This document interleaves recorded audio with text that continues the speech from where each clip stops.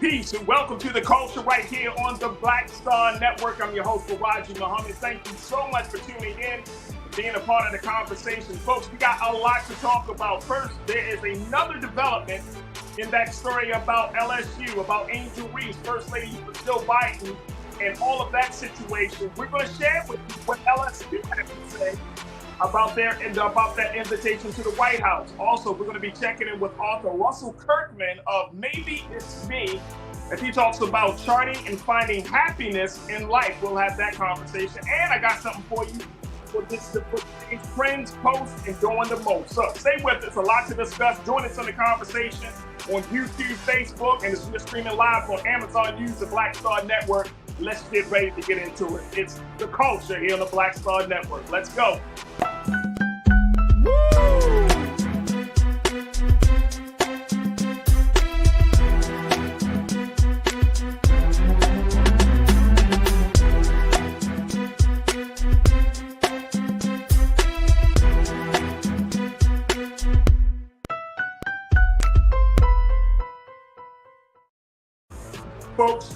Folks, welcome to the culture here on the Black Star Network. I'm your host, Farajii. Thank you so much for tuning in and being a part of the conversation. Folks, we got a lot to talk about as there has been another development in that story about LSU and about that invitation that was extended by First Lady Jill Biden earlier this week as a result of LSU's victory over Iowa, and how that invitation has caused so much controversy.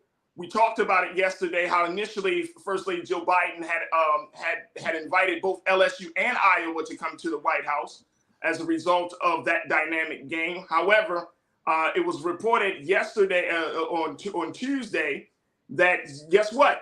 That the First Lady misspoke, and essentially that Iowa will not be present, but LSU will certainly be invited, as it's been part of the tradition for the victor to visit the White House. Well, as of that situation, of course, LSU's most valuable player, Angel Reese, had said that her and her teammates would not accept the invitation, and however, that they would rather go see the Obamas rather than the Bidens to celebrate their victory. Now, folks, here's the latest word. LSU, the school, the institution, said, Madam First Lady, Mr. President, we will be going to see you at the White House.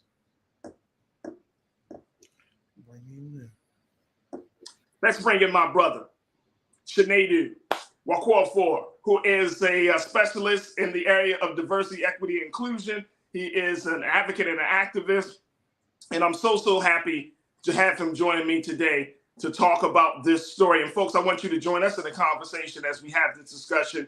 Post your comments on our Facebook page, on our YouTube page as we're streaming right now, and also let your friends and family know we're on Black Star Network and Amazon News. Shanadu, my brother, this has been the big story, big controversy all week long. And there's so many layers to this, Shanadu. And I said it at the beginning of before we got on air. I think you and I are probably some of the most qualified to have this conversation, and I'll share my thoughts, but first let me start with yours. What do you make of this situation? Angel Reese was adamant, I'm not seeing the Bidens. But guess what? LSU is saying we're going to the White House. What do we make of this, bro? Whiteness. Money. You've seen this game before, and this is a different situation, but it comes to the same conclusion. You remember when Kyrie, had his thoughts and money came into the play, and all of a sudden Kyrie's thoughts started to change. Of course, LSU is going to go to the White House because money. LSU is an HBCU, is it not? Right. HBCUs are chronically underfunded, are they not? It would be out of their best interest, even if Jill Biden called them nappy-headed hoes. They still have to go because money. And that in itself is the most unfortunate thing about this situation. I do not understand why Jill Biden opened her mouth at all, because it is not protocol for the First Lady to invite anybody of that manner, especially in this magnitude.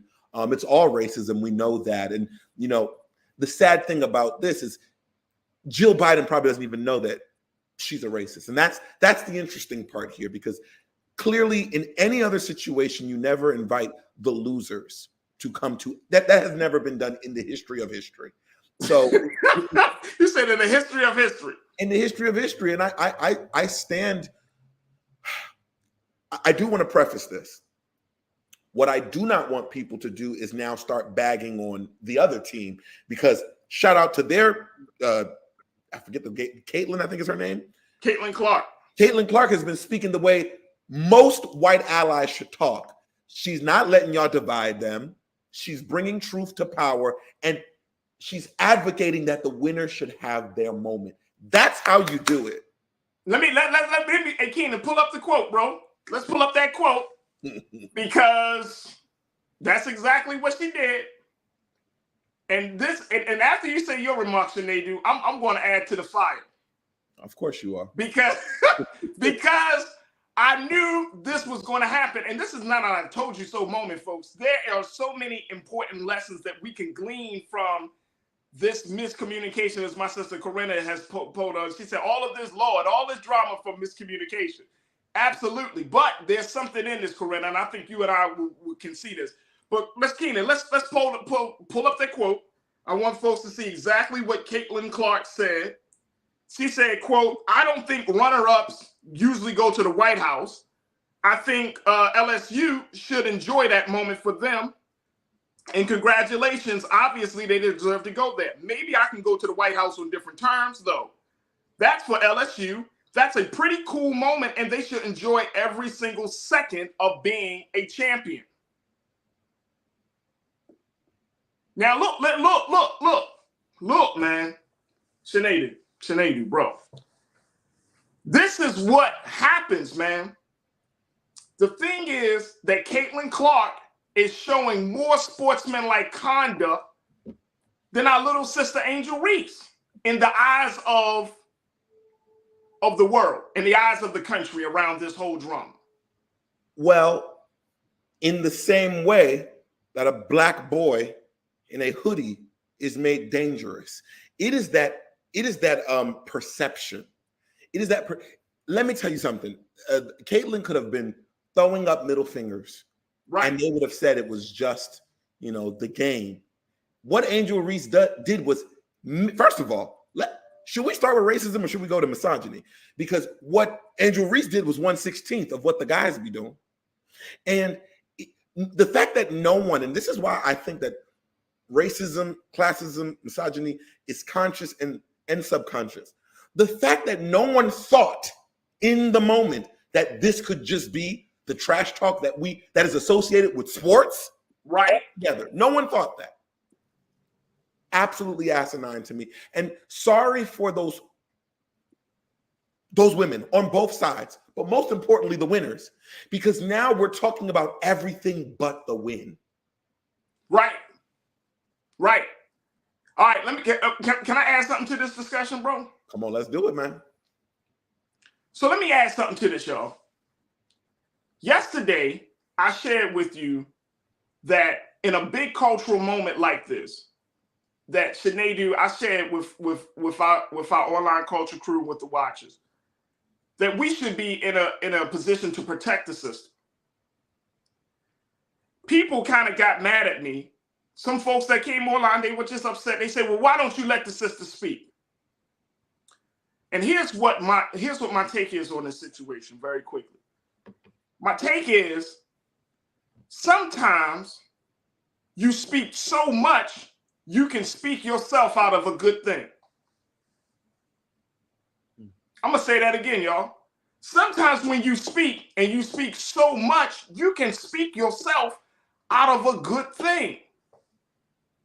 Now, look, we understand that our little sister Angel, she went through, her as an individual and then them as a team, they went through a hard year of all the criticism and all of the talk against them and all of that, right? So we understand the sentiment that she got. They grinded it out, got to the big game, and they were able to secure the first win for LSU for women's basketball program there.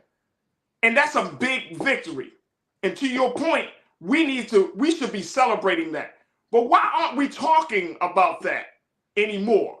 Because we're doing so much talking, and our little sister, she's out there, but she's doing so much talking that she's talking herself in from a place where she had power to a place that she doesn't have power. And that's the harsh reality, bro, that she's coming up against in this whole situation. When you're on that court, you are a goddess. You are a queen. You dominate. But the moment you get off that court, that's not you anymore. So you say things because of the sentiment, because of the youthfulness that you have. You're saying things, but you're now speaking on a much larger platform, a much larger issue, right? You get an invitation from the White House. And I'm not saying that you may not have, however you feel about the bracket and all of that stuff is one thing. But now you're speaking in such a way that you're making yourself vulnerable. And look what happened. You spoke out of turn. You can't, as the team player, you can't speak for the team to say whether they are going to go or not go to a White House invitation. The coach of the team, Coach Mulkey? Mm-hmm. She said, I will accept the invitation. Now the school is saying in just one statement, let's put this statement up. Let's put what the school said. Oh, I didn't, not that one. Let me share this. In just one statement, the school came out and say, we accept the invitation from the White House. Now it makes our little sister Angel Reese look silly. Now she looks like she ain't got no power, bro. And now, as the people that, as we are part of the culture, we are the culture, we pumping it up. Oh man, say it. And some people got mad at me yesterday talking about let the sister speak. And if I was her advisor, I would tell Sister Angel, look, sis, I think you need to sit down and don't say anything else right now. Just let the situation play itself out. You dominated. You showed the world that you are a champion. You ain't got to say nothing else about it. That's all. Let that situation speak for itself. But now you talking about the president. You talking to the president of the United States and his first lady. Now, you may not have voted for him. You may not agree with his policies, but the respect for the office has to still be there because people are watching you. I hope I'm making sense, Sinead. Am I making sense, bro? You are. And I there's two ways to look at that. All right. And two things can be right at the same time.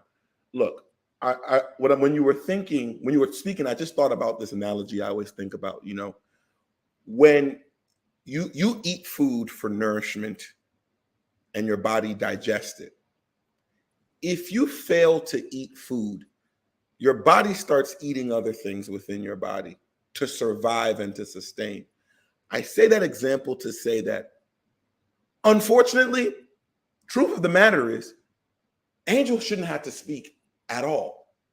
But it's a bigger thing of what, with all due respect, many generations weren't able to secure for her. And I'm not blaming them, but you don't ever hear people speaking in this way as it pertains to coming to the White House. It's not a thing.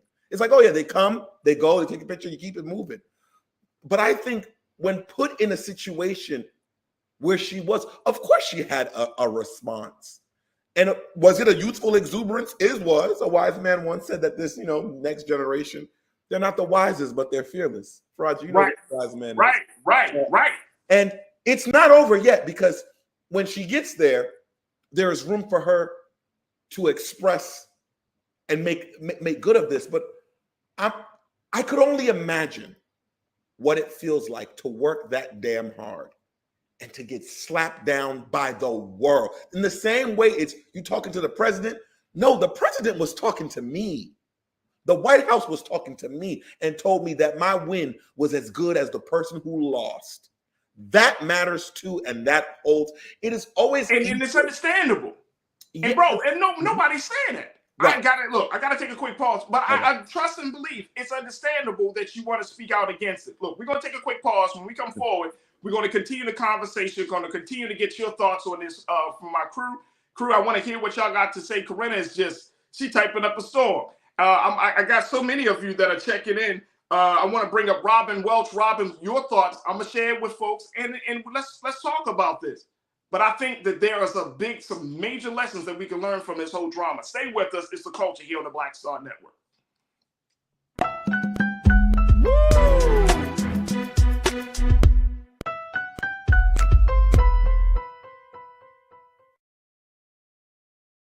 Hatred on the streets, a horrific scene, a white nationalist rally that descended into deadly violence. White people are losing their damn minds. As an angry pro-Trump mob storms the U.S. Capitol, We're about to see the rise of what I call white minority resistance. We have seen white folks in this country who simply cannot tolerate black folks voting. I think what we're seeing is the inevitable result of violent denial. This is part of American history. Every time that people of color have made progress, whether real or symbolic, there has been what Carol Anderson at Emory University calls white rage as a backlash. This is the rise of the Proud Boys and the Boogaloo Boys. America, there's going to be more of this. Here's all the Proud Boys, guys. This country is getting increasingly racist in its behaviors and its attitudes because of the fear of white people. The fear that they're taking our jobs, they're taking our resources, they're taking our women. This is white fear.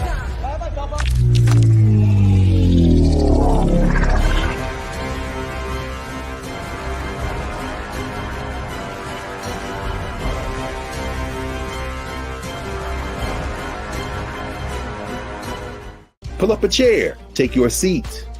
The Black Tape with me, Dr. Greg Carr, here on the Black Star Network.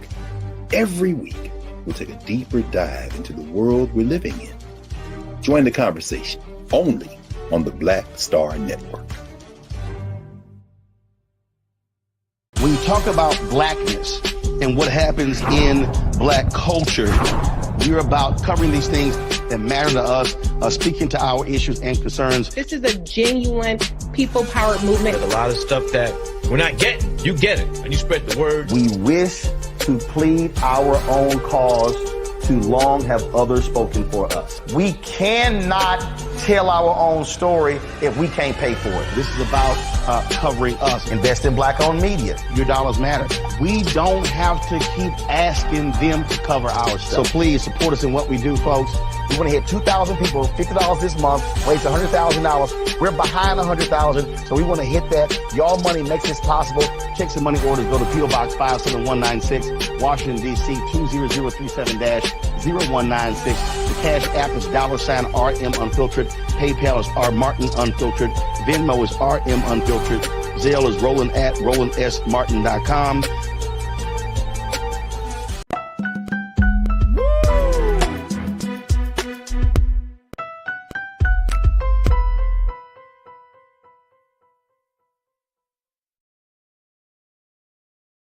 All right, folks, welcome back to the show. We've been talking about LSU, the latest development in this story about the White House invitation for LSU.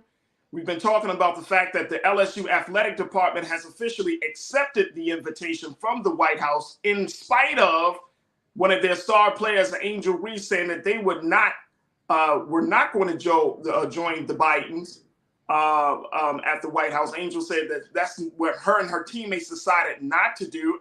And not only did they say they never weren't going to join the Bidens, they said they'd rather celebrate with the Obamas. Now, here's the thing. I got my brother Sinead with me, who is a diversity, equity, and inclusion specialist as we have this conversation. And of course, folks, so many of you have been checking in to talk a little bit about this. Yes, this is a small thing that blew up into a big situation because there are so many layers to this, Sinead. There's race that really undercuts all of this, right? So there's the foundation of race, but then there's also this foundation of respectability politics that's there, right? And something that you pointed out, bro, which I think is important, understanding power. When it comes to power and relationships, you have to understand where you fit. Now, I know some of my crew members, they're saying, look, man, some of them are saying, let the sister speak. Let her say what she needs to say. But do you let the sister just speak and say what she needs to say, even though she's pushing herself further and further away from being sure? She's out in the ocean now. She went from the little pond that she was used to now the ocean. And she may not, where's the life raft to reel the sister in? Not to shut her down for speaking her truth, but to reel her in, to show her that you have to speak with the best of intelligence, especially when you're talking about to the President of the United States, when you're talking about proving a point. Here's the other part of it. She said that they wanted to celebrate with the Obamas. Check this out, Sinead. Her teammate, Angel Reese's teammate, Alex Morris, took to Twitter to ask Michelle Obama whether her team could celebrate their win at their house after President Barack tweeted his congratulations to the team, bro. See, what do we make of that? I make that, now you might not want to hear this, but go ahead. In the grand scheme of this, sometimes I just feel like we all losing as Black people as a whole, because it's unfortunate. Even if Jill didn't say that statement, I'm sure that team would have rather celebrated with the Obamas, simply because first HBCU team to win, you might want to be with the first Black president and his wife, and for cultural reasons, still go to the White House because it's the right thing to do. But I think either way, they probably still would have asked to go to the Michelle Obama. I think, look, man, I'm a youngin', and this is my belief. And it's backed by statistical data. We may not agree with how these young people choose to speak or how their respectability politics is quite different from ours. But right. I think that's the thing. They're not looking. I don't think she wants power. And I think we have to be careful not to adultify her. This is still a young kid. This is youthful exuberance. She could have said many things differently, and I agree with that. But she also needs her opportunity to make those mistakes. Because I had those opportunities, and Farajii, you've had them as well. And I think right. It's on a grand scale, it sucks. But I think there is, and I'm no psychologist or sociologist, but I think, in my opinion, there is this inherent thing that when Black folks are speaking to the media or speaking to whomever, like we're supposed to have the highest level of intelligentsia and we're supposed to be speaking. We can make mistakes too. She can err. I think that's okay. I don't disagree with you. I think that's okay. I don't disagree with you there. But I think what happens is we honor her for speaking her truth and allow her to do that as is. And what we supposed to do is behind closed doors with no cameras, no Twitter, we take the people who know her, the people who can make a bigger effect on her, teach her about what did she want from that statement. Look, let me jump in on this real quick. Please. You said that we can't adultify her. Yes. Which I think it generally happens. Yes. Right? Mm-hmm. We don't have to adultify her because the space that she's in is going to adultify her on its own. She's in a national spotlight. She's in a national NCAA sports program, right? Sure. She's speaking on issues, well, not issues, but she's speaking in response to a political situation. She's bringing in the fact, the Obamas. It's like we're not trying to adultify her. The circumstances is already adultify her. At this point, we're like, hey, man, I mean, this is how I'm feeling. And that some folks agree and some can disagree, and that's fine. But it's like, what's the end goal here? What is the end goal? Is the end goal to do what? The end goal to for everybody to have the same anger, the same what's the word I'm looking for, Sinead? You know what I'm saying? Like she felt like she was slighted because nobody put their faith in the LSU basketball team. So therefore, she got to let everybody know that they're here to stay. I get all of that. I trust and totally get it. But at the end of the day, she still is a student of LSU, right?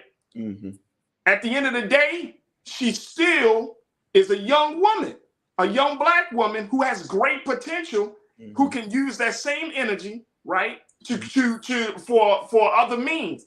I don't want the little sister to be a has-been or an afterthought, because I know how these cultural moments can get. People are looking at her behavior now, and this is the thing, and that's why I said the Caitlin Clark thing was really interesting, because if you're showing that you don't know how to be, and again, this is not us doing it, but this is the industry that she's part of. I don't know whether she wants to go further in her sports career. I don't know whether she wants to, what she wants to do in the future.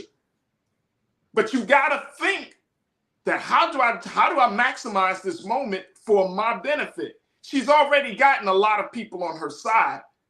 But if you kind of go through this whole process and this moment as if you want to tear people down and you want to talk back, and I'm not saying she's doing that, but if it comes across as being disrespectful, you're not going to win friends with, you're not going to, you don't attract bees with oil and vinegar.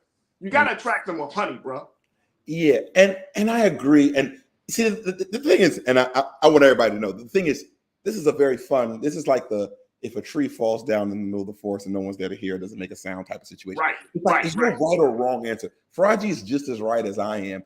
And this is what brings me, now I'm a researcher at Mind.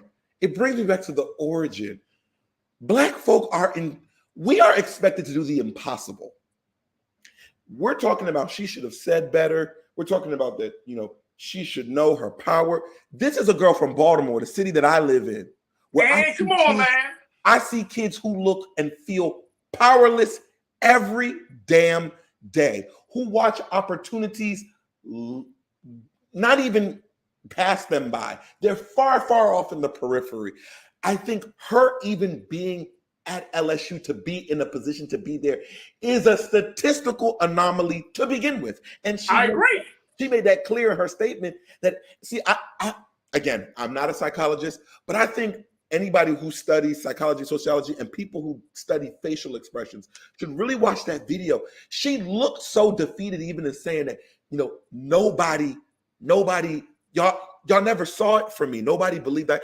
And I work with kids here in Baltimore. When I saw her, I saw that the 8th graders and 9th graders that I work with, females, who have said the exact same thing. And I get that. Sinead, I get it, bro. I totally get it. And I'm glad that she got the platform, and I'm glad, but she is also inspiring those same young people that you work with, right? She's inspiring them on how to be. And I'm not saying you got to change your whole thing. I'm just saying that once you make your statement was made on the court. Your statement, you made your statement. Look, the institutions of power that dictate her success will make her look silly, make her look stupid. You know what I'm saying? Whether it's the White House, whether it's LSU, whether it's the culture in general, these will make her look silly. Let me get through my brother. Real Brooklyn, you checked in very quickly. You said, bruh, everyone is supposed to have a high level intelligence in front of the camera. She has to realize a lot of great ones went to that school. She has the torch now, and she needs to understand that. Absolutely. Not everybody. Absolutely. My sister Corinna, you know what I'm saying? My sister Corinna was talking about the fact that she just needs to just kind of get some tact, just to reel it in. You know what I mean? Because now you got this space, now you got this platform. You can be the poster child for talking about resilience, talking about, whatever, you know what I mean? Overcoming the insurmountable odds. You can really talk about that. But right now, you're going to be painted. Unfortunately, this ain't me, this ain't you, but this is the culture. You're going to be painted as the angry Black girl. Now, for the culture, is that good for the culture? When we got a bright, brilliant, talented young Black woman who's in this space, right? And we're trying to make moves, like you said, we're trying to make moves culturally. Do we need to have one of our dynamic sisters to be painted the angry Black girl? I don't know. I don't think so. But that's how the culture's gonna paint her. Yeah, agreed. And I hear everybody, LSU is now, you know me, I could care less about any legacy of any, because what is that? It's nothing. It means nothing to me and to her experience, because she's now added to that exact legacy, if not taking it higher. I think, look, what is important for me, at least as a Black man, is that we can have these opinions, but we can have these opinions where the only people who can hear us is us. We have to be very cognizant to not have these conversations in front of the people who started this conversation in the first place, who is not us. So I would say that. I would say that. And second, I think this is a general consensus, because we talked about this at Morgan during the when we had protests. Be careful about the media. We just have to have rules of engagement, and that is a general thing that it's no different from the talk that we have to your Black sons and your Black daughters. We have to have a rules of engagement conversation, because again, no one's disagreeing with what she said. But like the second comment that you said about tact, that is the perfect word. She could have said there is many ways to say F you without saying F you. Right. And I think with age, I can't wait to see her grow, because with age, she'll get that tact. It comes. All right, look, I got to take a quick pause. When we come back, more conversation. Hey, Chris, big, I saw your comment. I'm going to bring that into the discussion. Stay with us, folks. We still got a lot to talk about. So we talk about Angel Reese, LSU, and the White House. Stay with us. It's The Culture here on the Black Star Network.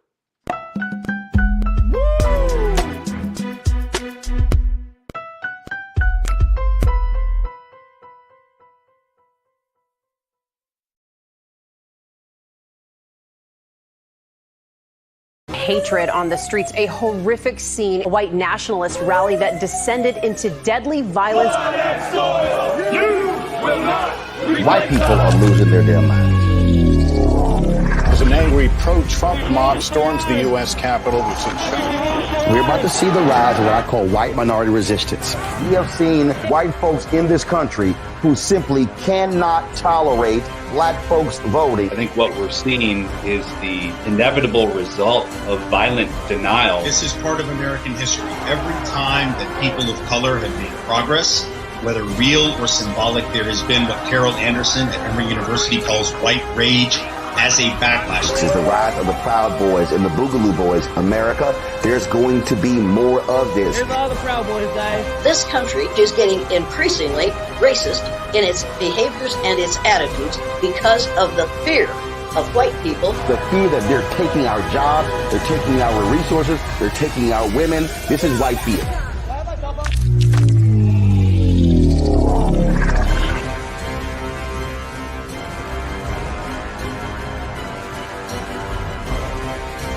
We feel the hidden impacts of climate change that land harder in Black, brown, and Native communities.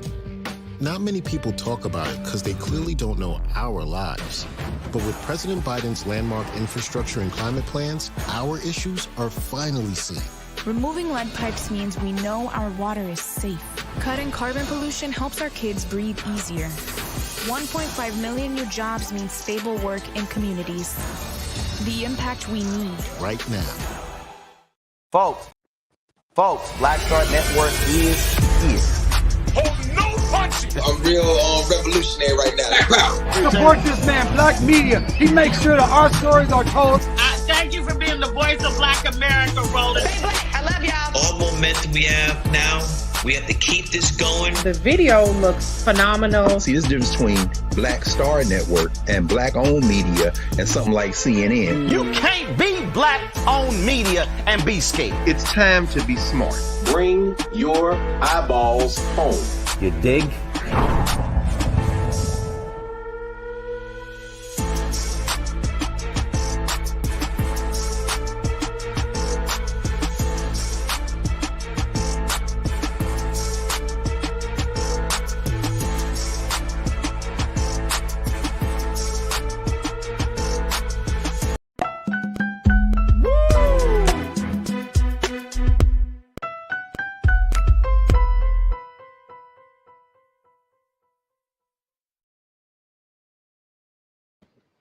All right, folks, welcome back to the show. We've been talking about that controversial White House invitation from for LSU and Iowa. Well, now Iowa's out of the invitation, but for LSU, for their women's basketball team, and of course LSU basketball, the athletic department has accepted the invitation in spite of their star player Angel Reese and some of her teammates saying they will not go to the White House for their reasons. Now, I've been talking to my brother Sinedu Okorafor around this issue. Let me bring up some more of what you've been having to say about this topic, crew. Chris Bay, you said this, sir. You said, now y'all talking so much on the chat. I want to make sure I got the right one. Chris Big, you talked about you said her being a student at a PWI, a predominantly white institution, is exactly why she should keep speaking truth to power and not go. The whole team has a great opportunity to stand 10 toes down and affirm their power and position. Okay. Now, here's my thing. What's the end goal for that, though, Chris? Is the end goal to tell Vice President, First Lady Jill Biden that, you know what, it was wrong for you to invite Iowa? Well, Angel Reese didn't have to speak on that because guess what? Everybody else spoke on how silly that was. Caitlin Clark spoke on that. Angel Reese didn't really have to speak on that. She didn't have to say a word. Again, this is what I'm saying. There is great power in silence when you know how to use it. In the Art of War, it talks about when you're engaged in any type of warfare, one of the most significant weapons that you have to learn to master in warfare is timing. Timing. So if you hear that the First Lady inviting Iowa and LSU, before you even jump on a podcast, before you even just get out in the public space, see what the people say first. Let the timing be, let me see what everybody else say. And boom, instantly, immediately, Sinedu, people were like, well, wow, they invited. And then this happened, this happened. You ain't got to say nothing. You don't even have to jump in the mix because guess what? People are riding with you all from the very beginning. That's what I'm talking about. I'm talking about that level of guidance, that level of wisdom, that level of tact to be able to say, you know what? Because other than if Jill Biden wouldn't have invited Iowa, then what would be the real snafu in this whole situation? There wouldn't have been. But she did. But she did, right? She did. So Jill Biden and her team already, First Lady Jill Biden already feeling the brunt, right? They already feel the brunt of it. The embarrassment comes now where the fact is that you want to, not only did you say, no, we're not going, now you want to bring the Obamas. Look, again, this is understanding power. This is understanding relationship. President Obama and Michelle Obama are not going to throw themselves in the mix of this whole situation. That is not happening. That is definitely not happening, bro. And they had I get it. She's young, so maybe she don't understand the power dynamics of the situation. But that's just not happening. My thing is for us as people that we got to be very mindful of power and relationships. We got to be mindful that as we pumping up people to speak their truth. Let me just ask this question, Sinedu. I want to hear from you, so. How many of us at 19, 20 years old was ever been in a national spotlight? And we had to navigate and maneuver through all of the chatter from the sports world. Now you go out, not only you just did a decisive victory, now you got to deal with the chatter from the political world and from social media and from mainstream media now. Everybody in all the country is talking about you at 19, 20 years old. We never had to deal with that. Some of us. I probably would say a lot of us probably haven't had that, never had to deal with that. I didn't even have to deal with that. So we can't just say, expect the system to get it together. No, I don't expect her to get it together and have it all together because she's never been in that position. But I can say, sister, I think you need to just sit down. You say what you need to say and boom, let it go. Folks will speak on your behalf. All right, Sinedu, talk to me, bro. I think the last thing I'll say on this is another very important part. very important that no one should ever forget. Going to the White House is just ceremonious. It does nothing for the school. Nothing. It does nothing. Will it put you on the national stage? Surely. But it doesn't come with any money. It's ceremonious. It's not mandatory. That is number one. If the students decide, if the team, the ones who played, not the school didn't play, the team played for the school on the school's behalf. If the team says they don't want to go, they don't want to go. Hopefully that can be respected. And I think we should look at it like that, because remember, just a couple of months ago, we discussed quiet quitting, something that my mother would never do, or my father, but this generation would. Again, it is wise that we're cognizant of the folks that we're trying to help in the ways that they deem helpful, not only on what we would do, because they don't operate how we would operate. I think she kind of went a bit above her hunches, sure, all of those good things. But if the entire team decides they don't want to go, they shouldn't. And in theory, again, looking at it in hindsight, the way you could have done this best is could have kept it very quiet, like you said.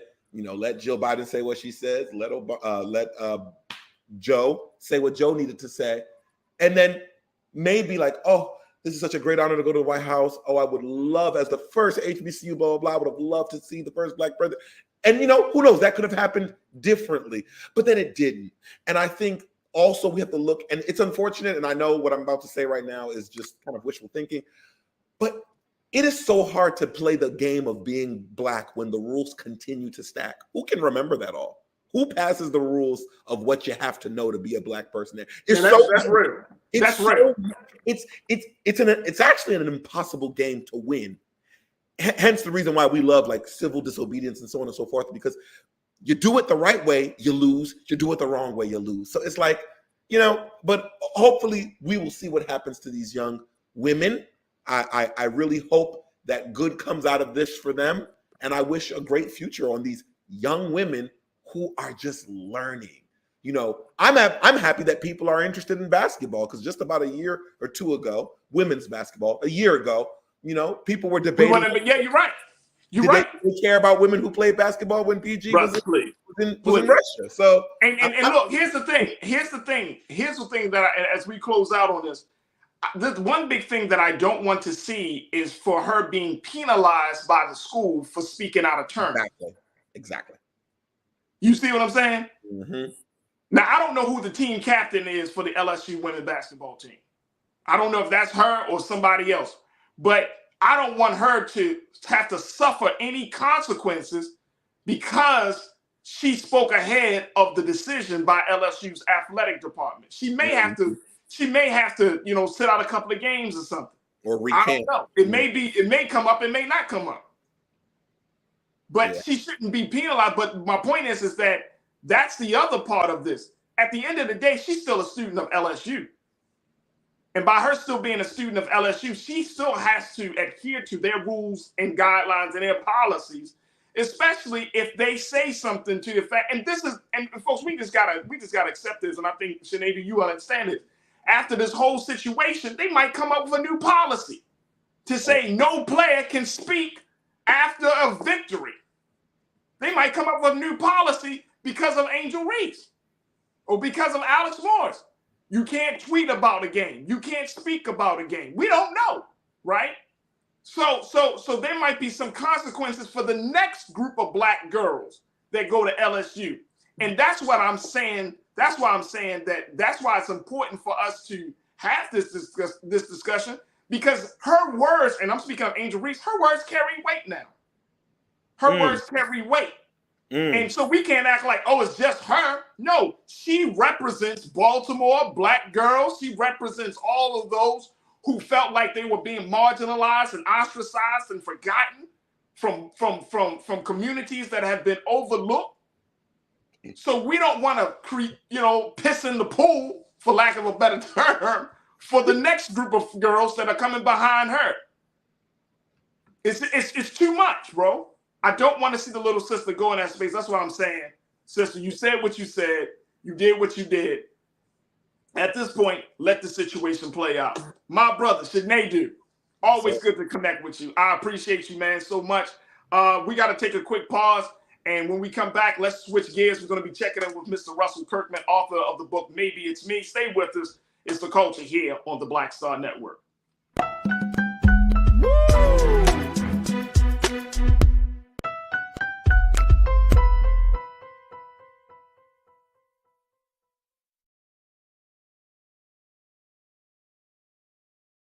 I'm Deborah Owens, America's Wealth Coach, and my new show, Get Wealthy, focuses on the things that your financial advisor and bank isn't telling you, but you absolutely need to know.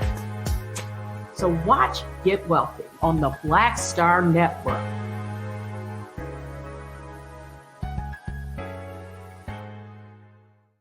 Black Star Network is here. Oh, no punch! I'm real revolutionary right now.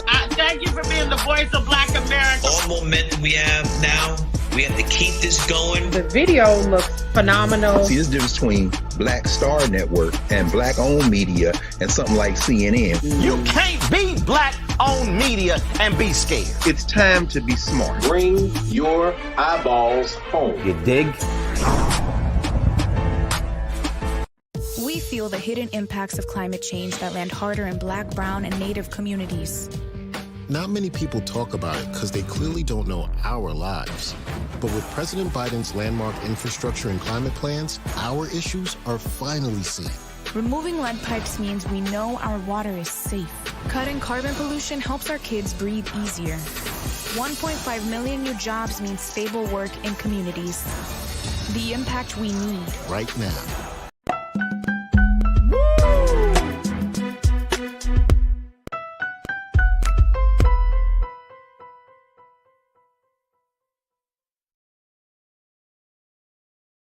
All right, folks, welcome back to The Culture here on the Black Star Network. What a fantastic conversation we just had with my brother and Culture Crew member, Sinead Duwakwafo, as we talked about that controversial invitation from the White House. If you missed it, make sure you go back and check it out. Definitely share it and pass it on to post it on your social media network, and let's continue the conversation. But of course, we will do our part to make sure we keep our eyes open as to what's the next step of this whole process. And, as Tiana, you said, I think a phone call will be made and they will be at the White House and this will be all smoothed over. Yeah, I think so, too. I think something's going to happen. But trust and believe, folks, there might be some other things happening in the internal space of LSU to try to rein athletes in. So, that has to be on the radar for us to keep our eyes on as well. All right, folks, I wanted to have a conversation as we switch gears here to talk about finding your happiness and how do you chart a blueprint for life. Now, I'm having these discussions because I'm finding that within our culture, we just sometimes need to get some new guidance, to get some wisdom, to hear other people's stories. So that way we may feel like, you know what, we're not alone in struggling in some area of our life. And so I'm very, very excited to have joining me today a brother who has written a book called Maybe It's Me. And I'm joined by Mr. Russell Kirkman, who offers a realistic approach to restoring harmony to everyday life. Now, Mr. Kirkman, he has a whole blueprint, a whole plan on how we can get our lives back together and, more importantly, how we can find happiness. So let's welcome him to the airwaves of The Culture here on the Black Star Network, Mr. Russell Kirkman. Mr. Kirkman, good afternoon, sir. How are you, brother? Sir? I'm good, brother. How you doing, Farajii? I'm good. I am good. Yeah. All right. I want to start off this conversation. First and foremost, congratulations on you writing this book, Maybe It's Me. This is a very interesting book because Thank you. It's a book that allows us to do some self-reflection. Right. And it forces us to analyze whether the decisions that we've made, the circumstances that we've accepted, is this the way that life should be lived, right? And so I want to give people an opportunity to hear you a little bit of your story, and then we can delve into the book a little bit. But what's your story? What was the inspiration behind you writing Maybe It's Me? Well, it happened after, at the age of 24, I suffered what is called a double hemothorax, double lung collapse, basically. And it happened as a result of the job that I was on. I'd taken on this job. It was too stressful. It it had me at a point where it all came to a head. The pressure, all the anxieties that came along with it, and it just came out of nowhere. A double lung collapse in a meeting, and I was rushed to the hospital. I had less than 2% of air capacity in both my lungs. A lot of the doctors didn't know if I was going to make it or not, but I did. 3 months later, I was physically healed. But I didn't know. What I didn't know is that psychologically, I was not healed, because 25 years later, I was sitting in my office. I was on a phone call with a client, and we were having a conversation when I heard somebody bump up against my door. And I heard some commotion or whatever, but because I was in the middle of dealing with a client, I didn't rush to the door and what have you. But when I finally got to the door and opened the door, one of my colleagues, my business colleagues, was laying on the floor. He just kind of slumped a little bit into my office. And he was 10 to 12 years younger than I was, and he was having a heart attack. And he was having a heart attack as a result of, he couldn't seem to get past the fact that a week earlier, he had been demoted. Part of his salary had been taken from him, and he'd also been put on probation as a result of having 3 consecutive months of low numbers. So, what happened was, as I was standing there and I was watching the EMTs trying to bring him back to life, it all came back to me that, wow, this was me 25 years ago. And I made a decision at that moment, as I was standing over him, watching him trying to come back to life, that I was done. From this point on, I'm going to find my happiness, because life is too short and fragile to constantly be trying to meet the interests and the motives of other people and their intentions. Understand? So I finished out the rest of that week, but that was it. Turned my back. I never looked back from that point on. And as a result of me going through that experience and trying to find my happiness, this is where the book came into play. Because now, Brother Russell, I gotta ask, brother, what happened to your friend or your coworker? He came back. He went to the hospital, stayed in the hospital 3 days, came back that following Monday. They fired him on Tuesday. Oh my God. Yeah, that's corporate America, though. You know, I mean, there's no rules when it comes to corporate America. And you have 3 consecutive bad months, in sales of low numbers. You might not be saved. And it's that is unfortunate. And the problem is, it's getting ready to get even worse. And that's why I want people to be considering finding their happiness and trying to find their calling in this life, because with this new AI program that's coming out, it's out the lab, and they're trying to rein it back, but it can't be reined back in now.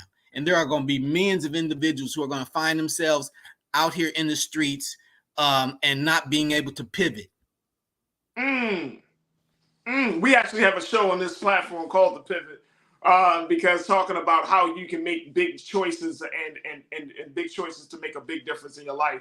And I think that it all starts with, when you're talking about that pivot, Brother Russell, you're talking about making that small but very, very important thing, which is a decision. Exactly. That enough is enough. That you're going to do things in a much different way than what you have been doing, for years prior. And when we have these conversations, Brother Russell, a lot of times these conversations are just kind of like feel-good conversations. Mm-hmm. These are conversations where it's like becoming like a motivational speech type of thing, right? Mm-hmm. But you're saying in your program and in your book that it's not just about motivation, not getting up in the morning, looking in the mirror and saying, I am somebody. No, it's so much more intrinsic than that. Talk to us a little bit about that. Yes. Well, my thing is this. Well, finding your calling is most important anyways. First of all of us came here with the purpose, and there's a reason as to why we are here. There's an old African proverb that says each and every one of us came on this earth with a job that you can't be fired from. Woo! Wait a minute, hold on. Say that for me once again, brother. Each and every one of us are placed on this earth with the job that you can't be fired from. There's something that you do that nobody else can do. I mean, they can do that, but they won't do it like you do it. Like there's going to be millions of other talk shows, but there's not going to be Farajii and the way he brings it to the public. You understand? So you're going to be unique in your own way. Everybody has their own uniqueness, and finding your calling in this life is going to be crucial now, because you know you're here for a purpose. And it's when you're here and you understand that you're here and you have a calling, that's where your happiness in most cases is going to lie.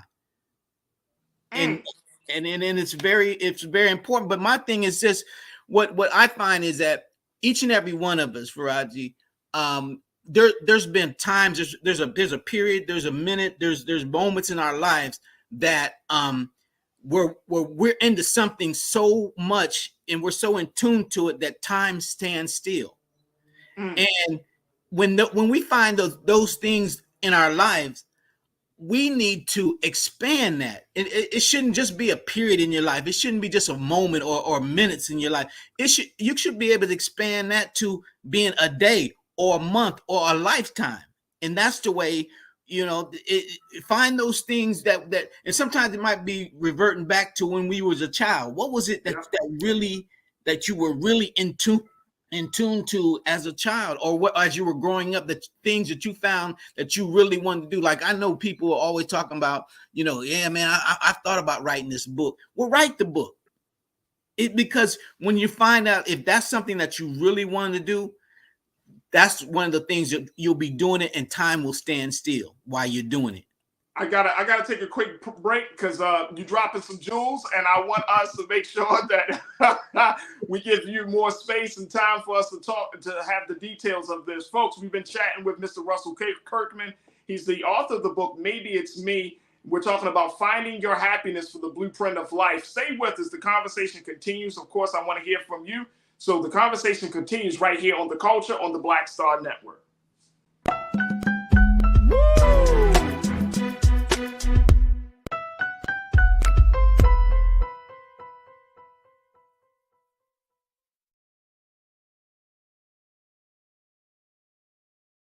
When you talk about blackness and what happens in black culture, we're about covering these things that matter to us, speaking to our issues and concerns. This is a genuine people-powered movement. There's a lot of stuff that we're not getting. You get it, and you spread the word. We wish to plead our own cause.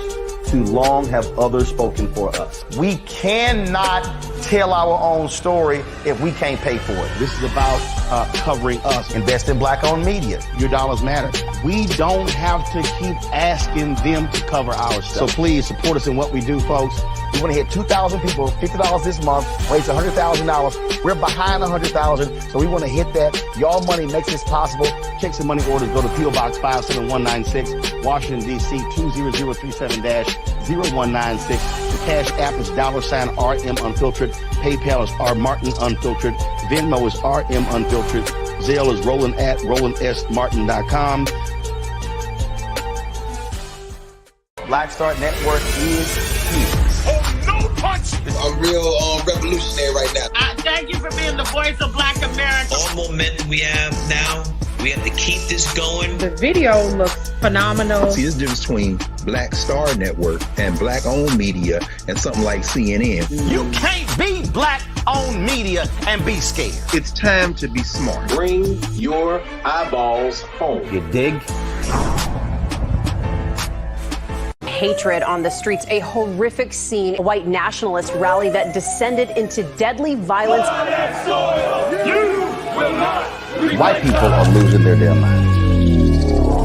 As an angry pro-Trump mob storms the U.S. Capitol, we've seen shootings. We're about to see the rise of what I call white minority resistance. We have seen white folks in this country who simply cannot tolerate black folks voting. I think what we're seeing is the inevitable result of violent denial. This is part of American history. Every time that people of color have made progress, whether real or symbolic, there has been what Carol Anderson at Emory University calls white rage as a backlash. This is the rise of the Proud Boys and the Boogaloo Boys. America, there's going to be more of this. Here's all the Proud Boys, guys. This country is getting increasingly racist in its behaviors and its attitudes because of the fear of white people. The fear that they're taking our jobs, they're taking our resources, they're taking our women. This is white fear.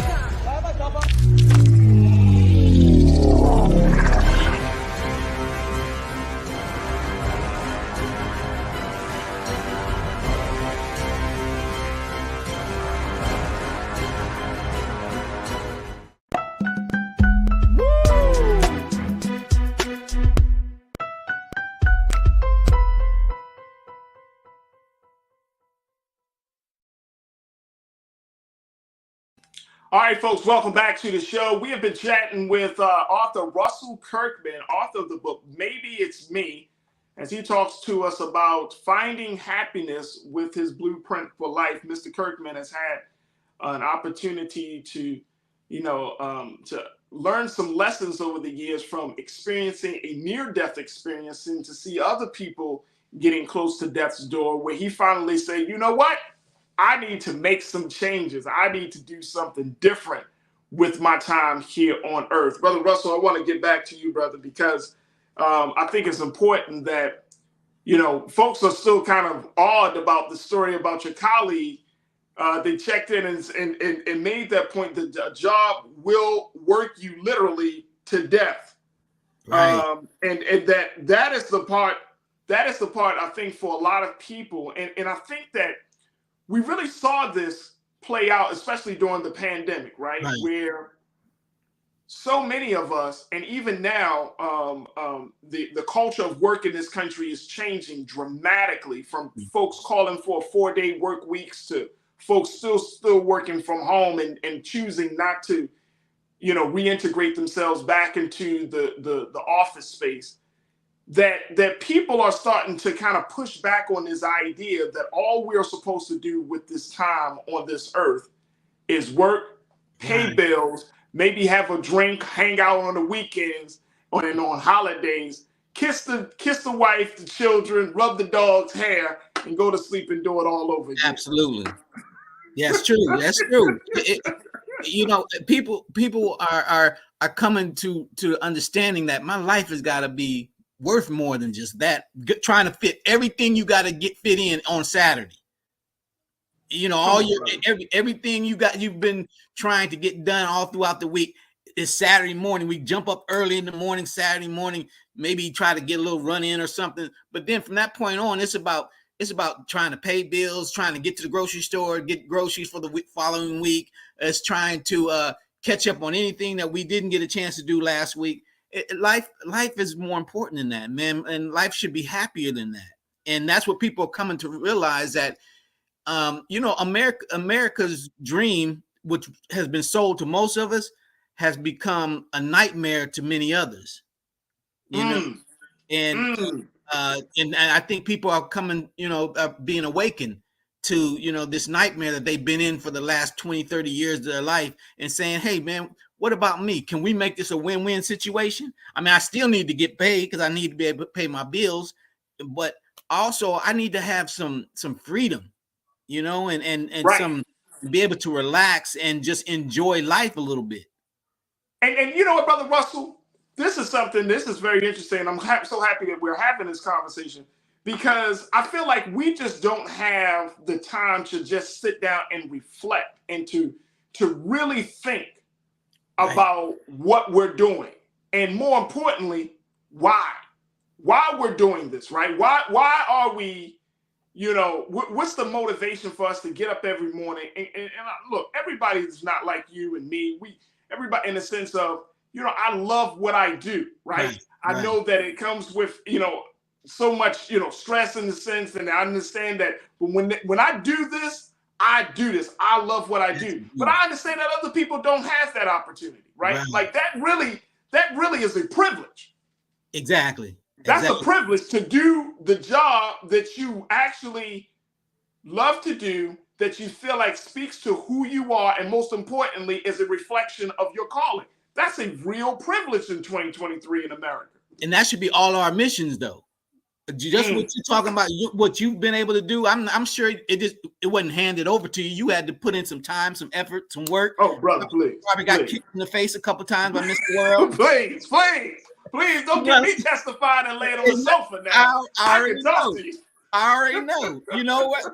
But this is what a lot of people are going to be put in a position in the next few years. They're going to have to figure that out, and they're going to have to go through what they're going to have to go through to get where they want to be.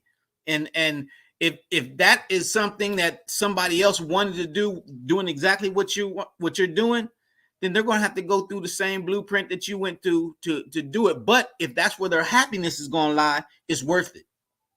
Absolutely. Pauline checked in, Brother Russell. Pauline Hurt, one of our culture crew members. She said, absolutely, our life has to be more than working ourselves to death. Right? You're right. Absolutely. Look, I pushed back on that narrative, Brother Russell, years ago. I'm going to tell you the truth, brother. Mm-hmm. I pushed back. I was the type of guy, I did all of these jobs. I always did media, but I did all of these other jobs to sustain the household, to keep the money flowing and all of that, right? Right. But I started pushing back. I'm like, man, please, I can't keep doing this. Mm-hmm. I can't keep doing it. And this is what I've learned as I've gotten older. Money will come and go. Right. The only thing that don't come back to you once you spend it is time. Exactly. You don't get that back. Time is the most precious commodity that we have, you know? And the thing about it is whatever when your time is up, it's up. Chances are most people, when they're encroached upon by death, they don't get a second chance like I did. And that's why, you know, for me, I don't care about bills and stuff. I want to be able to pay my bills, but if my lights get cut off, it's just an adjustment. I'm just gonna have to use some candles for the next couple of days until I can get the money to pay it. You understand? But I'm not gonna toss and turn and worry and try to borrow the money and do everything I can do to keep my lights on. I don't want, nobody wants their lights to be cut off. But if it's just an adjustment, it's just an adjustment. It's not going to affect my health. It's not going to cause my death for my lights to be turned off for a week or so. You understand? So right. So that's one of the things I talk about in the book. It's really about finding balance in your life and finding that peace and happiness, because that's what's most important. That peace and happiness. And I agree. I want to kind of get your take on this, because I feel like culturally we may be in a different space, right? I mean, you're an older brother compared to me, and that's all good. And I love the wisdom that you're bringing. And I feel like somewhere along the line, and I'm speaking specifically to Black folks, right? Mm-hmm. Right. Black folks, we know that we have always had the ability to adapt and to be resilient in the face of great adversity. Like that is part of our DNA. That's part of our makeup. But what I'm finding, Brother Russell, is that Black folks today, we are much more sensitive. And I'm not saying, and I hate to use that word because sensitive doesn't mean a bad thing, but we just can't relate. We can't adapt to the changes. It's like if we hit a bump in the road, some of us just really fall apart, right? And I'm wondering, what do you recommend on how to build that capacity to handle chaos, that capacity to handle setbacks that life throws at you? Because I'm starting to see, especially within the next generation, everybody doesn't have, we got the potential, but everybody don't know how to tap into that capacity to handle adversity. How do we strengthen that? Well, as I mentioned before, we have to start finding peace within ourselves, because that's the only thing you're going to be able to rely on is having some peace and understanding that situations are going to occur. As long as you live, you're going to have problems, you're going to have issues, you're going to have challenges in your life. But when you find yourself in that situation and you can sit back and say, okay, peace be still, meaning that within yourself, okay, here's the situation, here's how I'm going to deal with the situation. That's the only thing that you can rely on. And that means we have to go through this whole re-examination process that I talk about, in the book, as far as dealing with issues in our lives. We have to clear out a lot of issues and and problems that we're having with people in our lives, with jobs in our lives, all that stuff has to comes to a head, and we've got to find some understanding with that. I mean, even if you have a person a family member or something, and you got some issues with them, you got to make peace with that. So that's one less situation that's hanging on to your central nervous system. Because the universe can't communicate with you when you got all this minutia going on in your life and whatever, and that's what you have to do. You got to put yourself in a position where you can correspond with the universe, and the universe can correspond with you and give you some guidance, some real guidance. Because as I mentioned before, I'm a little nervous about this AI situation, this artificial intelligence, because there's a lot of people who are going to find themselves spinning out of control, because they're going to wake up and a robot or some kind of artificial intelligence is going to be able to do their job. What do they do now? What do we, where do we go from here? And it's not like the government's going to go in and start saving a whole lot of people. Right. So it's this generation that's going to have to deal with it more than the rest of, those of us who are 45 and over, we're going to have to deal with it, but we're on the tail end. It's this 20 early 30s generation. These guys are going to have to figure it out. So finding out, start working now and looking for what is it that you really want to do that will bring you happiness. It might not make you all the money that you might want to make, but you'll come to understand that in the end, the money is really not that important. That's interesting. Because that's not the cultural message that we get each and every day of our lives. I know. I know. Social media's got people thinking that, chase after this money. Well, it's chasing after this money can cause you, health issues, because it might just not be in your realm. It might not be in your wheelhouse for you to be a multimillionaire, or whatever. I mean, and some people are going to get it and others ain't. And majority won't. So what do you do now? Well, if something else brings you happiness, even if having your own shoe shine shop, if that brings you happiness to be a shoe shine man, then be the best shoe shine man out here. You might not be a multi-billionaire shoe shine man, but if you wake up every morning, you look forward to going to work to shine shoes, then that's what you need. That's what you need to be doing. Look, I got to take another pause, Mr. Kirkman. When we come forward, I want to kind of delve a little bit into that. Plus, you actually have a 5-part solution plan that I think that we need to explore and just need to expose. So I want us to have a conversation about that as well. Plus, Coach Crew, I want to hear from you more of your thoughts as we talk to Mr. Russell Kirkman, author of the book, Maybe It's Me, Finding Happiness for a Blueprint of Life. What's your take? I would love to hear from you. A lot of you have been talking already about the work situation, but what about your professional, your personal part, the personal life that you have? You find yourself in need. Do you find yourself wondering, is this the life that you want to have? So let's continue to have the conversation right here on The Culture on the Black Star Network.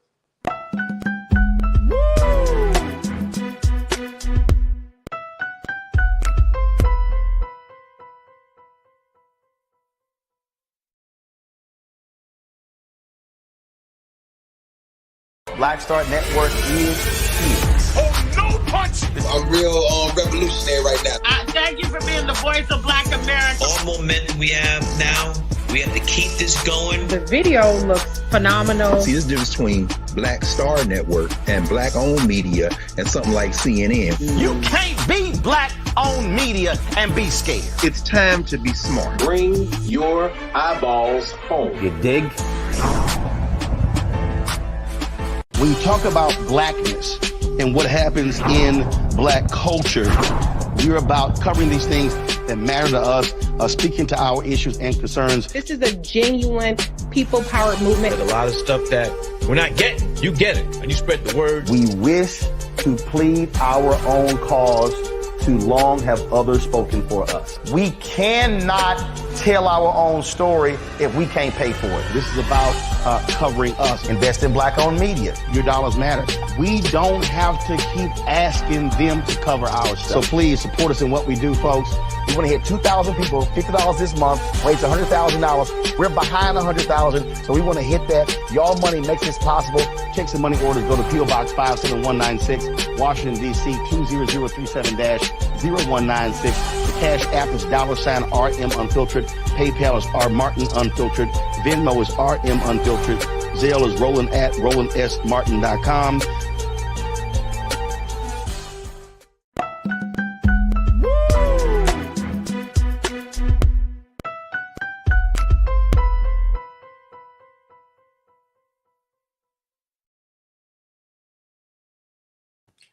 Folks, welcome back to the show. We've been chatting with Mr. Russell Kirkman, author of the book, Maybe It's Me, as we talk about finding happiness with the blueprint for life. And Brother Russell's just dropping some jewels for us. First and foremost, Brother Russell, as we continue the conversation, I want to make sure we put it out there.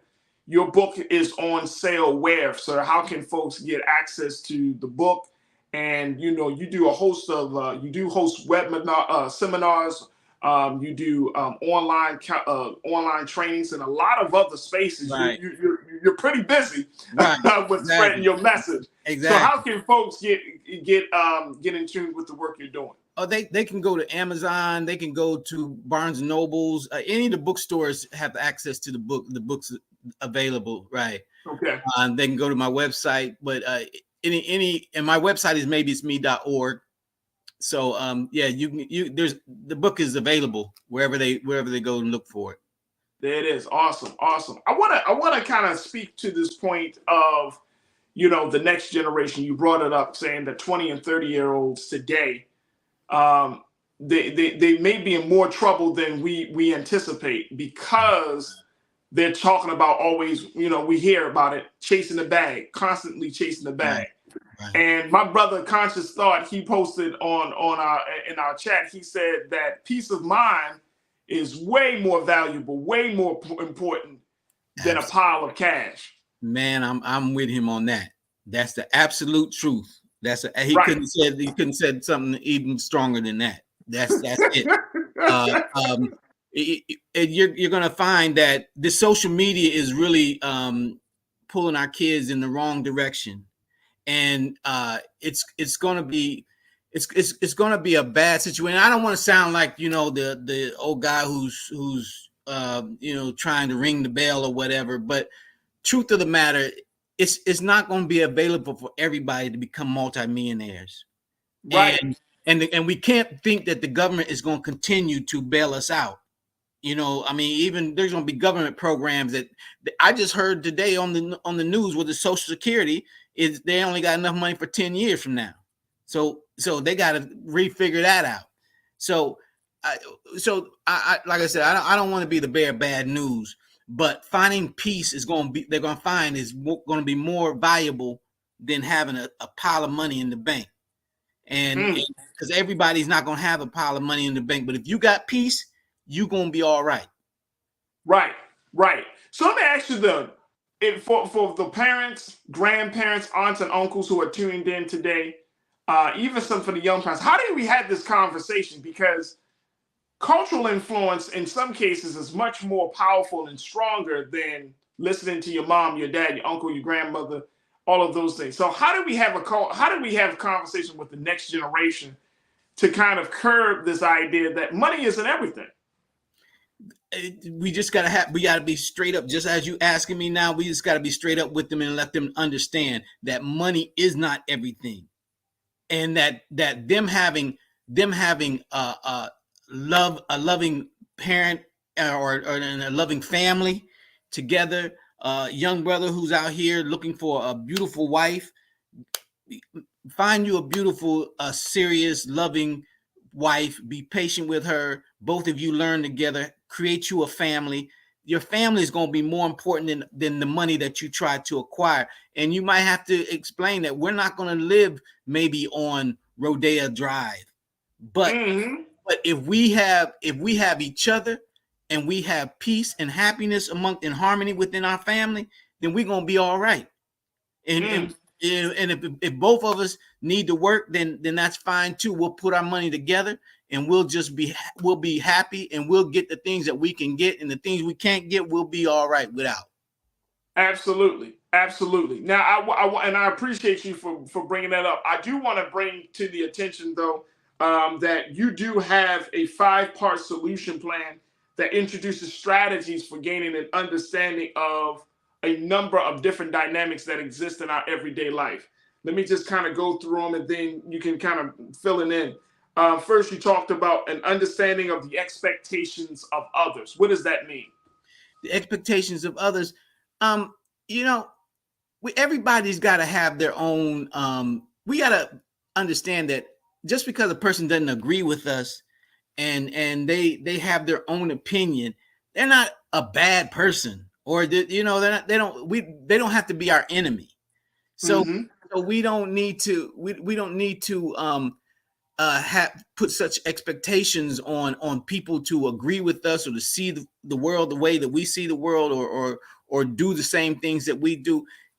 You have your opinion, you have your life, and the way you want to do things, and let other people do things the way they want to do, and we can still be in harmony with one another. We just don't have to basically live the same lives.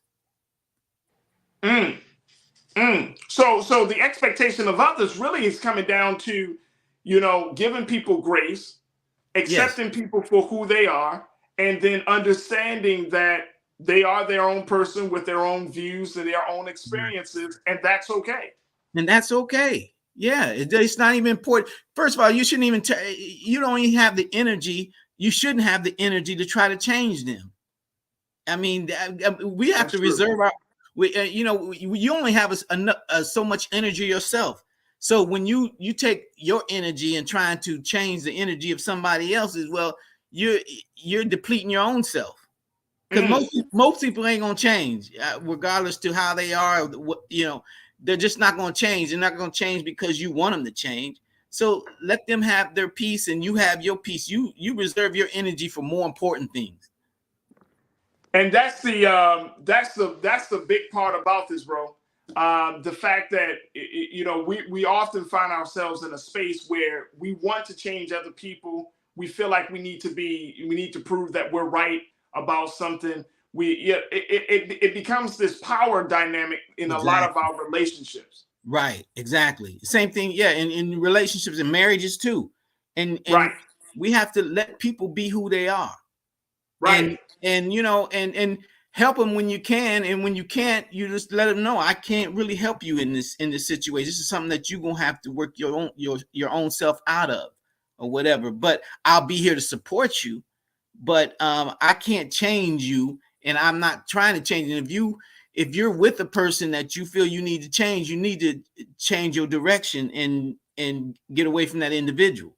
Ain't that the truth? All right, another part of your 5-part solution: help readers. You're going to recognize their role in a situation. What does that mean? Well, we all have roles that we have to play, in life. For example, let's just take the marriage thing.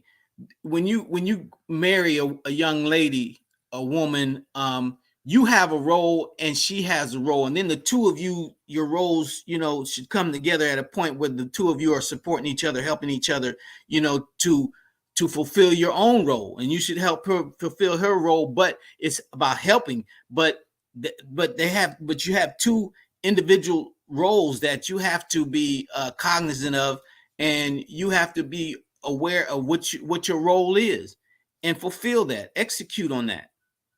As a father or a mother, there's a role that a father should take, and his role shouldn't be impeded by his wife trying to give him the freedom to be the man that he needs to be. And the same for him with her. She might not be the best cook, but if you're a better cook, then help her cook. And then at some point she'll figure it out. But just don't come in and try to just impede on her role and just tell her to sit down, sit back. I'll just do the cooking or whatever, because we can't, we can't depend on your food being good and what. Yeah, you understand? We all. No, hey, look. Hey, Brother Russell, I'm not. I understand, because if you do that, then you opening yourself up to a whole lot of other problems. Right. Hey, right. man. opposed to the fact that opposed to also that you're demeaning her and putting her in a bad light and breaking her down as a woman. She has a role. Let her fulfill her role so she can feel good about herself. And if she feels good about herself, she gonna make you feel good as a husband. That's right. Look, we got to take another pause. When we come forward, we'll continue the conversation with Russell Kirkman, author of the book, Maybe It's Me. Folks, I want to hear from you about how you're finding happiness in this thing called life. Stay with us. It's The Culture here on the Black Star Network.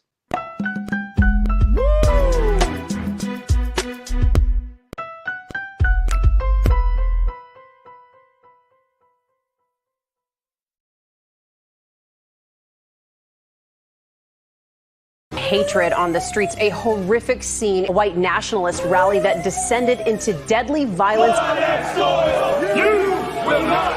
White people are losing their damn minds. As an angry pro-Trump mob storms the U.S. Capitol, we've seen shooting. We're about to see the rise of what I call white minority resistance. We have seen white folks in this country who simply cannot tolerate black folks voting. I think what we're seeing is the inevitable result of violent denial. This is part of American history. Every time that people of color have made progress, whether real or symbolic, there has been what Carol Anderson at Emory University calls white rage as a backlash. This is the rise of the Proud Boys and the Boogaloo Boys. America, there's going to be more of this. Here's all the Proud Boys, guys. This country is getting increasingly racist in its behaviors and its attitudes because of the fear of white people. The fear that they're taking our jobs, they're taking our resources, they're taking our women. This is white fear.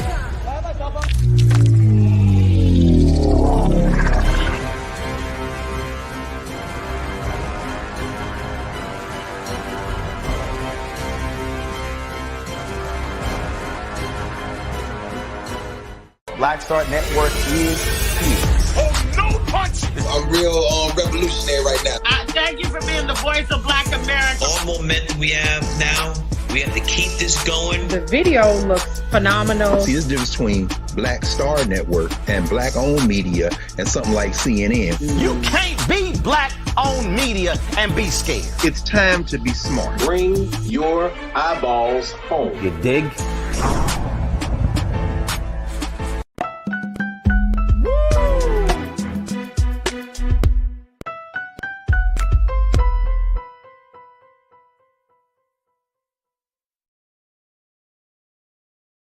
All right, folks, welcome back to the show. We are having a fantastic, insightful, and just a reflective conversation with author Russell Kirkman to talk about his book, Maybe It's Me, as we talk about finding happiness. What is your blueprint for life, folks? How do you find happiness in this thing called life? We only got one life to live, so we have to make the most of it. And it is a challenge in 2023 America to find happiness, especially for Black folks. Right. So we got to figure out a way to make this work, not just for ourselves, Brother Russell, no, but for those of us coming behind us, our children, grandchildren, for the next generation. Right. And I think part of that is instilling in them that money isn't everything. So get that out of your mind, but yeah, I understand that they're in this social media thing, and they're being preached to every day about how to get a millionaire, how to become a millionaire in 6 days, and all these crazy schemes and whatever. And a lot of them are chasing this, and they're going to find themselves spinning out of control when at some point when they find that it might not work out. And then what do they rest on? Well, the only thing they're going to be able to rest on is, well, I got peace and happiness, and I have a loving family, and that's really all you need. Because when it's all said and done, that's what's going to be there in the end, anyways.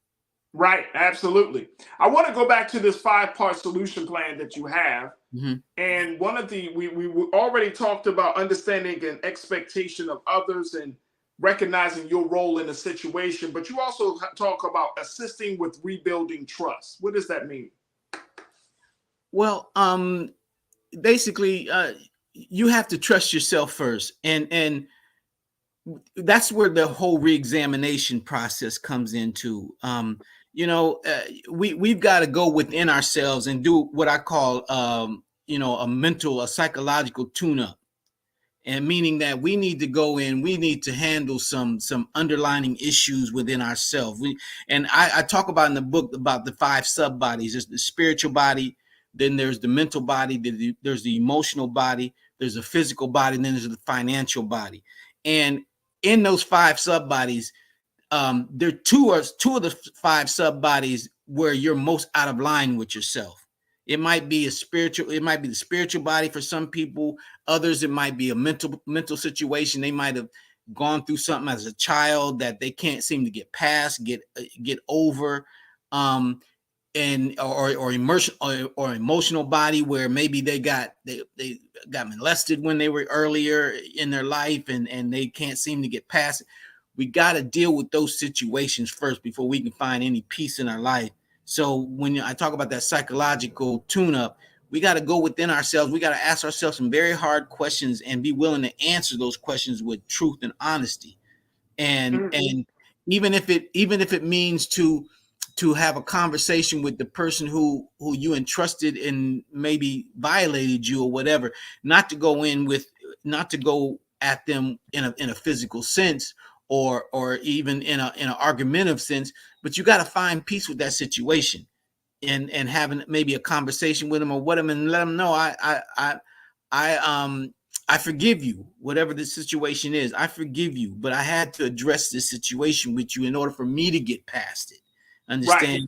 Right. So, we and when once you can trust yourself, with your decisions, and then you're open to the universe to be able to trust you with whatever it is you're supposed to do here. When you ask the universe, at that point, when you have peace within yourself, you've aligned your universe to the universe where your purpose and your existence is in perfect execution. Then now the universe can talk to you. When you ask the universe, well, why am I here? And what's my purpose? What should I be doing? The universe can communicate with you and you'll find understanding and reason with that and be able to pursue that. Yeah. I love that. I love that. Once you have peace with yourself, then the universe will respond to you. And exactly. I think that is absolutely true. In those moments where I had to, after finish praying and feeling like I was in tune with God, it opened me up. It felt open. I felt like at that moment I can ask for anything and I will be granted whatever, blessings that I'm asking for. And it is so refreshing. It is so refreshing to be able to be in a space to experience that, because everybody doesn't get a chance to experience that, like and I know, Brother Russell. But to be in a space to experience that is so true. Want to kind of get through these last 2 pieces. One of them is you talk about showing the importance of setting goals. Like you're talking about the importance of setting goals. I think a lot of us, we talk about setting goals. What's the nuance for you for that exercise? Man, setting goals is everything, because that's a blueprint. That gives you you can't build a house just haphazardly. You know what I mean? You got to have a blueprint. You got to have a way of getting to the point where you put the foundation down first, then you put the wood around the foundation, and then put the drywall in and put the roof on it. You understand? So setting goals is just giving yourself a blueprint. So some guidance. And when you set a goal, then okay, once you set the goal, then now the next question is, now how do I implement this goal? How do I execute on this goal? And then that's designing the blueprint to executing that goal. But you got to set realistic goals too, right, Brother Russell? Yeah. They can't talk about some big, huge, Herculean task. You know what I'm saying? Like, a goal that would normally take, you say, okay, well, I'm going to make a certain amount of money, You know, I want to raise my yearly income by $10,000. You know, there has to be some steps leading toward that. Or if you say, look, I want to get, you know, I want to learn a new skill, there has to be some steps toward that. Like you gotta break the big goals down to the very small, accomplishable goals. Yeah, get some small wins in it. Exactly, and that's the design of the blueprint. You know, I mean, you put that goal out there. I need to make $60,000 this year. Okay, now the second question is, how do I do this? Okay, what's going to be the process of me doing this? Is it going to be me needing to take on two jobs to do this, or how do I plan on getting to that goal? And that's very important. Absolutely. You know? And there's just incremental wins, like you said, little W's. Little W's will end up being a big W. There it is. And the final piece of your 5-part solution plan is how to maintain harmony for the long term. That's it. Like I said before, you know, there's been something in your life that you found that you were able to defy the laws of God, which is to make time stand still. That's a heavy thing. That's a heavy thing to be able to do, to make time stand still. But whatever it is that you do, even if it's cooking, if that's what you do and you love cooking, that's something you probably should be doing. And you can monetize that too. For me, let me give you an example. For me, when I came to the understanding, when I finally got myself aligned with the universe, I remember I used to sit as a kid and listen to Marvin Gaye for hours. He's my favorite to this day. He's my favorite. And I was 45. I was 45 when I decided I want to do this music thing. That's why I'm known as Russ, the author, the artist, the teacher, because the artist part of me is the social conscience that I do. I was at 45 going into the studio with young guys. They were looking at me like, what's this old guy doing in here? Why he in here, you know, with us and stuff? But you know, I had something to say, and I was right. and I wanted to do this music thing. You know what I mean? Sure. I didn't even come on the scene. I really wasn't even listening to hip hop until Biggie and Craig Mack came on the scene. So I missed years of hip hop. Wow. Yeah, and I didn't really miss it, but I was dancing to it and listening to it, but I really wasn't listening to it. You know, right. So when I'm around 45 years old, when I really start paying attention to this hip hop thing, I'm like, man, I want to do that. So that's the thing that when I go in the studio, time stands still for me. I can stay in the studio for 8-9 hours. I don't even know what's going on outside, or don't care what's going on outside. I just love that music like that. Music is my sanctuary. So, you know, and you're never too old to do what you love to do. I think that's the big thing. Right. I think that is like the cherry on top of this whole conversation for me, Brother Russell. Right. Is that whatever you want to do, as long as you're above ground and have all the control of your faculties, you can still do. You can do it. Do it. You can still do it. If you want to go into the theater, you can do it. If you want to do writing, you can do it. If you want to start a business, you can do it. And I think that this is the other thing. I'm starting to read more and more stories about people who have done everything from go back to school to get some degree to, you know, starting a business. Hell, some people starting families at 60 and 70 years old nowadays, right? Right. You can do it. And I think that is the thing about this whole process. When we're talking about finding happiness, the thing that sticks out for me as we've been having this conversation, Brother Russell, is that you got to be so in tune to figure out what it is that make you happy. Then start the process of working toward that goal. That's it, my brother. You said a mouthful right there. I mean, I get it. I get it. But you know, it's funny because the scriptures say that it takes 75 years to learn how to live. We ain't life expectancy. I'm still a baby. You only got 3 more years once you only got 3 more years once you figure it out. If you wait to 75. And that's if you live to be 78. So, I don't know. You know, we still children in this thing. Exactly. We are still children in this thing. Brother Russell, it's been a real honor and privilege and pleasure. Again, how can folks find your book? Maybe It's Me. They can go to like I said, Amazon, Barnes and Nobles, any of the bookshops. will be able to get it. They can go to my website, and I hope to be touring in somebody in their area that they can come and see me, and I'd love to be able to speak with them personally. There it is, folks. Russell Kirkman, who's just breaking it down for us, giving us his five-part solution, offering up his guidance and wisdom and the lessons that he has learned. And Brother Russell, I appreciate you, brother. Thank you for doing the great work that you've done. Thank you. And sharing the wisdom. But most importantly, Brother Russell, thank you for being so good for the culture. Oh, thank you, sir. So thank you, man. Brother Farajii, thank you for inviting me, man. I enjoyed it, man. I love what you're doing, man. So keep doing I appreciate it. Yes, sir. Thank you. Yes, sir. All right, folks, we got to take a quick pause. When we come forward, Trends Post is doing the most. Stay with me. It's the culture here on the Black Star Network.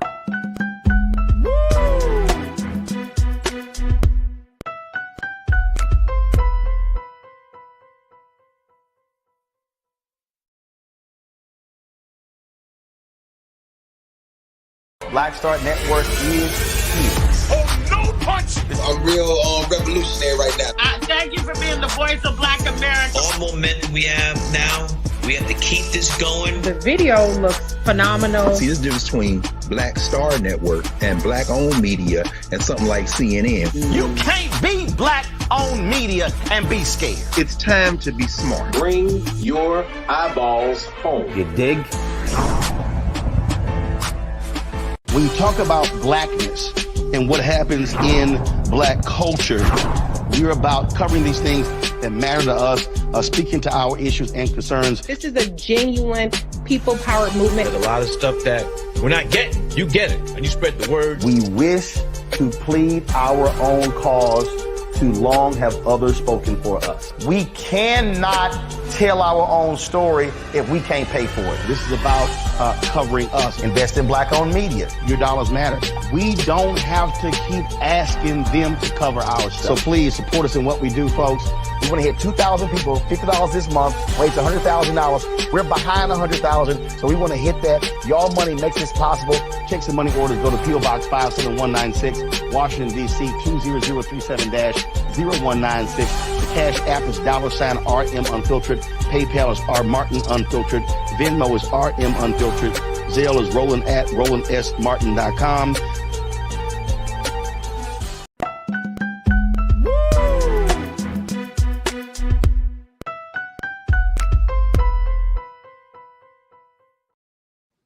All right, folks, welcome back to the show. Okay, it's time for today's Trends Post and doing the most. And two stories that have gotten my attention that you may have seen as well.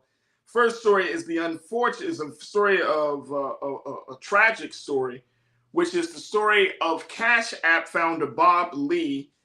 You know, Cash App, the medium that we use to send money to each other. Well, the founder, Bob Lee, a tech executive, he was stabbed and killed in San Francisco. He was a technology executive who founded the mobile payment company Cash App, and he previously worked at Square. He died Tuesday morning after he was stabbed near downtown San Francisco. The San Francisco police said that officers responded to a report of a stabbing around 2:35 a.m. on Tuesday morning. The officers found Robert Lee, 43, with apparent stab wounds. He was taken to a hospital and died of his injuries. According to a statement from the San Francisco Police Chief Bill Scott on Wednesday night, said that the investigation is in its early stages, and he called it a horrific crime, and that the incident is under investigation by the Homicide Division. Now, Bob Lee was working as the chief product officer of the cryptocurrency company Mobile Coin. He was previously the chief technology officer of Square, now known as Block, a financial technology startup co-founded by the former Twitter chief Jack Dorsey. And then he went on to create Cash App, which is a money transfer service. And so our condolences go out to the family of Bob Lee, who died tragically on the streets of San Francisco. All right, folks, in lighter news, have you heard about the new Barbie movie? Yeah, there's a movie about the Mattel toy where they bring some life to the character, and it features none other than the woman who always root for someone, who always go for, what'd she say? She said, I'm rooting for those who are black. Issa Rae. Take a look at the new trailer.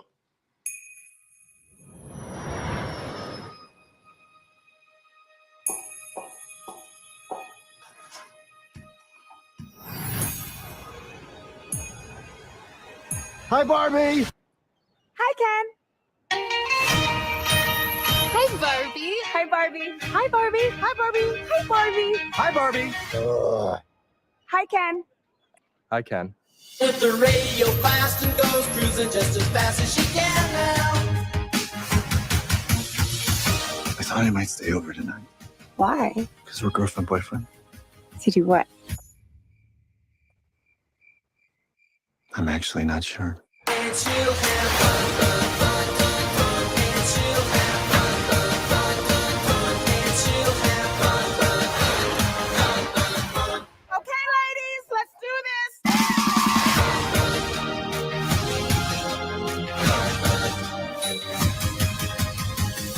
And she'll have fun, fun.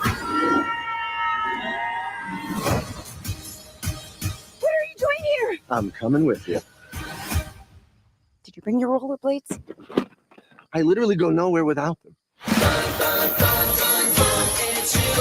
Oh, looks like this beach was a little too much beach for you, Ken. If I wasn't severely injured, I would beach you off right now, Ken. I'll beach off with you any day, Ken. Anyone who wants to beach him off has to beach me off first. I will beach both of you off at the same time. Beach both of us off. Nobody's gonna beach anyone off.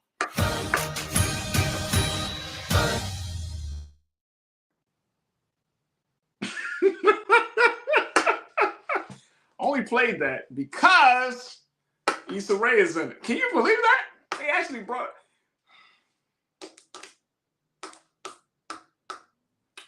All right, folks, let's just close out the show. If you're going to see the Barbie movie, because I know some of you, ladies, ladies, don't act like you didn't play with Barbie. I know some of you will be in the movie theater looking at that. I know it.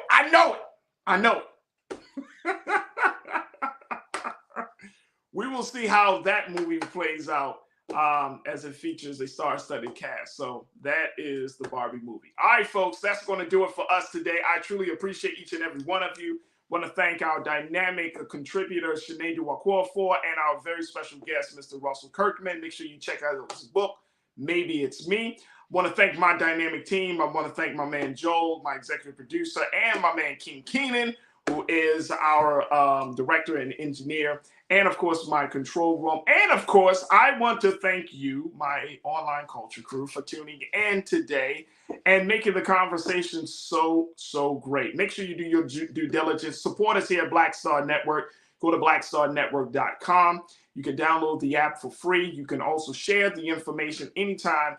And more importantly, we need your financial support to continue to do the great work that we've been called to do. So go to blackstarnetwork.com. Follow us on social media as well. Also follow me on social media at The Real Farajii on Twitter. On Instagram, and Farajii on Twitter. All right, that's going to do it for me. Stay tuned. Up next is RMU.